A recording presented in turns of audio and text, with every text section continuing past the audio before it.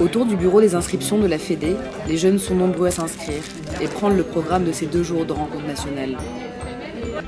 Dans l'amphithéâtre de l'école d'ingénieurs de la ville de Paris, tous les membres de l'association votent lors de l'Assemblée générale. 2 jours d'ateliers insertion professionnelle, d'écriture et correction de CV et lettres de motivation, d'exercices pour convaincre son employeur et de simulation d'entretien. La responsable du programme Handicap HP donne des conseils. Moi, j'aurais tendance à dire parler de votre handicap. Si vous vous sentez à l'aise pour le faire, parlez-en de manière sobre, en termes de compensation. Et après, vous abandonnez le sujet du handicap. On ne va pas vous recruter parce que vous êtes en situation de handicap. On va vous recruter parce que vous correspondez à un poste et que vous avez les compétences qui nous intéressent. Donc c'est là-dessus qu'il faut se centrer. C'est aussi l'occasion de réaliser des ateliers pour former les associations étudiantes, comme un temps de rencontre et d'échange entre parrains et étudiants parrainés. Avant même la mise en place du parrainage et du marrainage, c'est qualifier le besoin pour en fait, comme un cabinet de recrutement, mettre en adéquation une demande, une expression de besoin avec des compétences pour que effectivement le binôme fonctionne. Le tuteur répond à des besoins en termes de compétences, etc.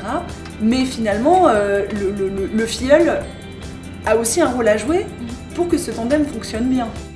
Il y a eu une démonstration d'aïkido, une initiation à la boxe avec des gants pour apprendre à frapper juste et à se positionner. Lors d'une initiation au yoga, le travail s'est porté sur la concentration, le souffle, le rythme, pour se vider l'esprit. Apprendre à se masser et à masser l'autre, découvrir des sensations dans le visage, le cou, le dos. Pendant la conférence sur l'accessibilité numérique, Marion Guillet a souligné l'importance de la numérisation de la société.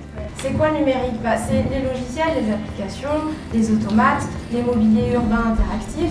Et ça ne permet pas seulement de faire du traitement de texte ou des calculs, mais ça peut servir aussi à accéder à l'information, à se déplacer, à faire ses courses, à voter, à plein de choses. Pendant les pauses déjeuner, c'est aussi l'occasion de faire des rencontres et d'échanger sur ses impressions. On rencontre des gens qui nous inspirent, parce que hier par exemple il y a une avocate du barreau de Paris qui était sur un fauteuil roulant et tout, et tu te dis tiens, nous aussi on peut y arriver. Il y a un moyen d'y arriver en fait, il n'est pas facile mais il y a un moyen d'y arriver, et moi c'est ça qui a fait que je suis allé à ça.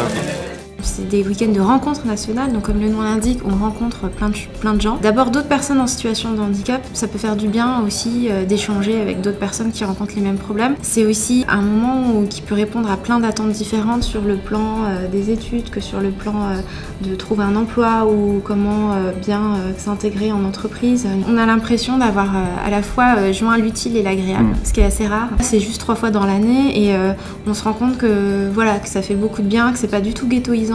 C'est que du plus en fait.